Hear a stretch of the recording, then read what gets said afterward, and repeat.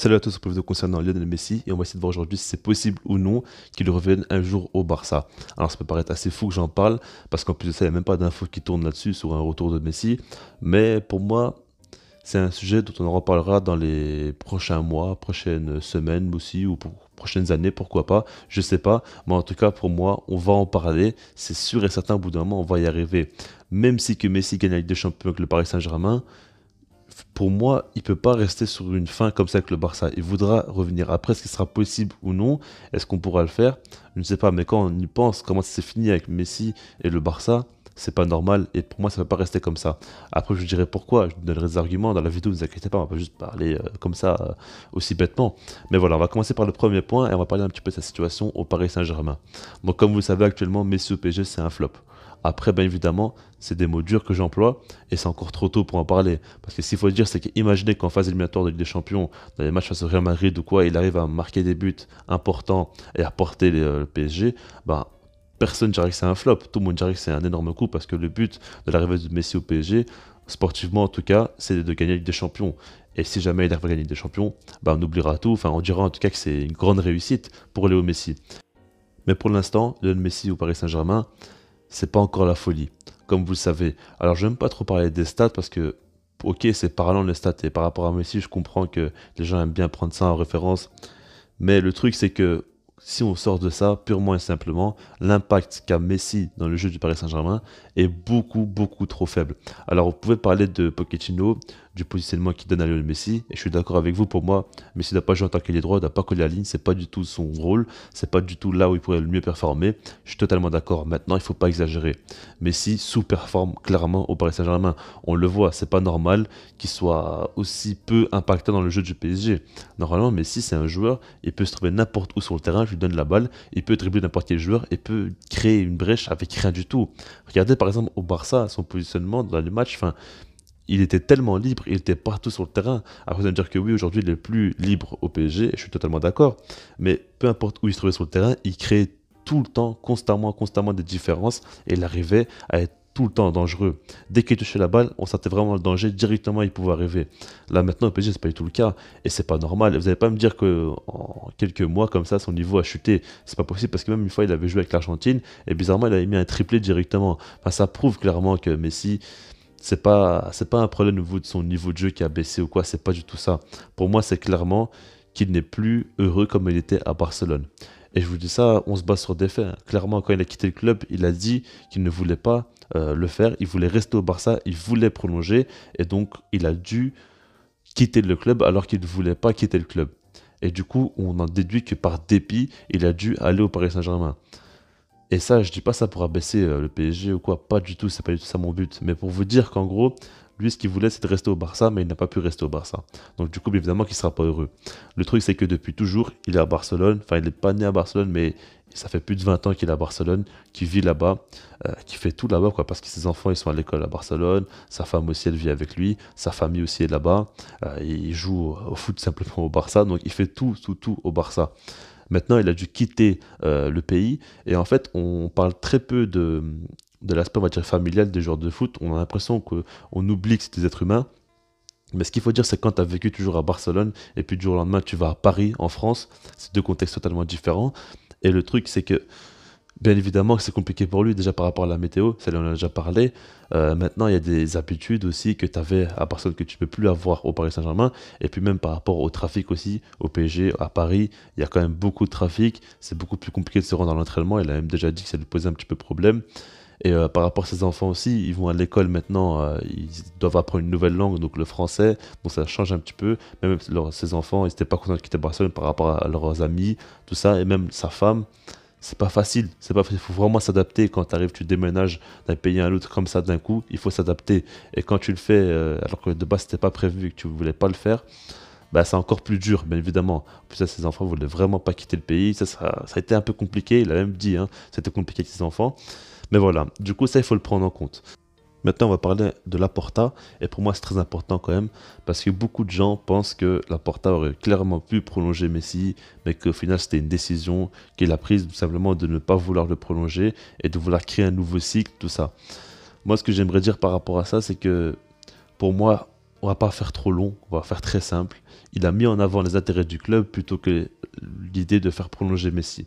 C'est-à-dire que, ok, il pouvait simplement prolonger Messi si jamais par exemple il acceptait le deal CVC ou s'il faisait quelques sacrifices par rapport à l'effectif.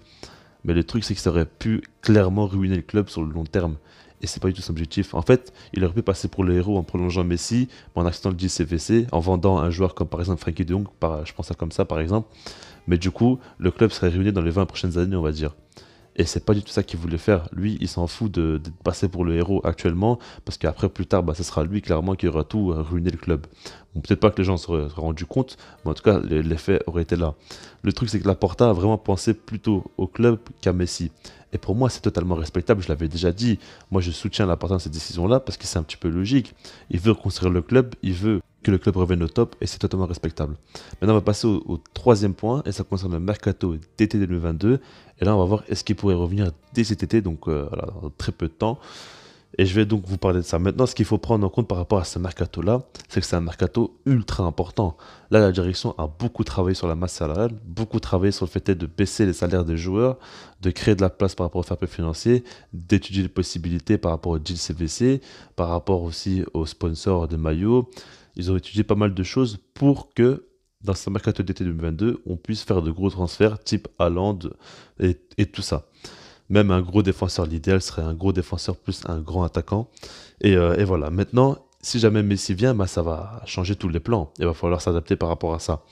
Moi, ce que je pense, c'est que ce mercato-là, il est vraiment crucial pour l'avenir du club. Et c'est vraiment là où le Barça doit vraiment faire de grosses recrues qui serviront pour nettoyer un petit peu l'effectif. Parce qu'on ne va pas continuer une saison de plus, encore une fois, avec des joueurs comme Piqué, Alba, Busquets. Il va falloir faire en sorte que ces cadres-là ne soient plus indispensables au Barça. Même Xavi l'a dit, hein, que les cadres jouent énormément, mais en même temps, il n'a pas trop le choix parce qu'il n'y a pas beaucoup de solutions sur le banc.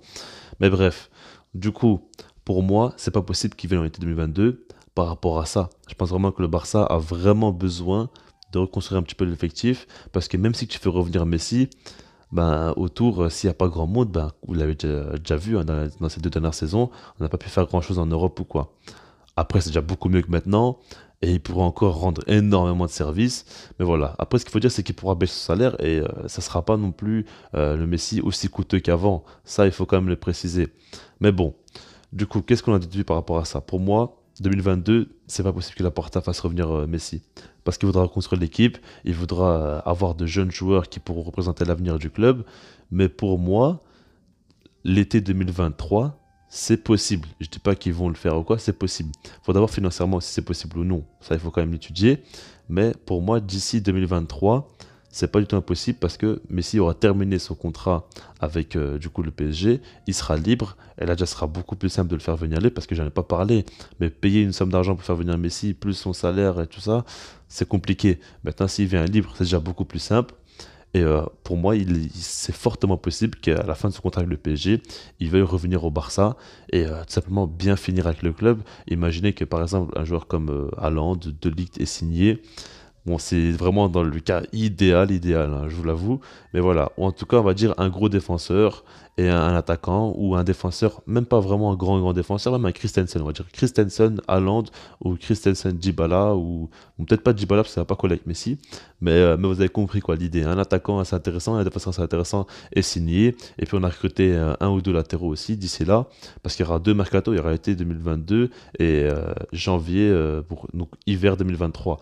Imaginez qu'on recrutait tout ça, on a un bel effectif, on a des jeunes comme Pedri qui reviennent bien, tout ça, bah pourquoi pas faire revenir Messi. Après, ok, je comprends les gens qui diront que sportivement c'est peut-être pas très logique. Maintenant, je peux vous garantir que Messi, même à 36 ans, il pourra apporter énormément au Barça. On pourrait lui faire signer un contrat de 1 an avec une année en option, juste comme ça. La base de Messi était de jouer encore 2 ans pour le Barça et puis d'aller en MLS. Donc du coup, à 36 ans, rejoindre la MLS. Et du coup, plus vraiment jouer au top niveau. Maintenant, il faudra voir son état physique par rapport à ça, hein. Il va jouer la Coupe du Monde, il n'a pas trop de temps. Je pense qu'il n'y a pas la Coupe du Monde, il va prendre sa retraite internationale. Je pense, il n'y a pas d'infos là-dessus, mais ça me paraîtrait assez logique. Surtout s'il la gagne, je pense qu'il le fera directement. Et après, il faudra voir que le PSG, dans quel état de forme il sera. Ce qui est bien avec le PSG, c'est qu'il peut beaucoup se ménager. Il n'a pas joué tous les matchs en Ligue 1, il est assez tranquille, qu'il joue ou pas, ça ne change pas énormément. Donc du coup, il pourrait encore être en forme à 36 ans. Et du coup, on verra bien. En tout cas, pour moi, Messi au Barça en 2023, c'est possible. Ça ne veut pas dire que ça va se faire. Et moi, je pense clairement que la Barça ne va pas le faire. Je pense vraiment qu'il veut reconstruire le club et ne veut pas perdre de temps à vouloir ok, faire plaisir à Messi. Parce qu'en fait, par exemple, à Daniel Alves, c'est facile de le faire revenir. Mais à Messi, il aura quand même encore un gros salaire. Et Messi, il voudra quand même jouer. Je pense que s'il revient en 2023, il acceptera d'être sur le banc et d'avoir un rôle où il va se ménager beaucoup. Quand j'ai sur le banc, c'est pas un remplaçant de luxe ou quoi, pas du tout. Mais dans le sens où il va beaucoup plus se ménager qu'avant, bien évidemment, beaucoup moins jouer de matchs de championnat. Et il faudra quand même que l'effectif soit intéressant, soit déjà très bon sans lui et qu'il puisse être un plus à l'équipe. Après, il jouera quand même des matchs importants des champions, selon moi, je pense, même à 36 ans, hein. Il aura encore le niveau, faut pas non plus exagérer. Mais bon, on voit Ronaldo, après Ronaldo est plus fit que Messi, je comprends, mais Messi, faut pas croire, il travaille aussi énormément. Mais du coup, voilà, moi je pense que c'est possible qu'il vienne en 2023. Et si je dois mouiller, je pense pas qu'il reviendra.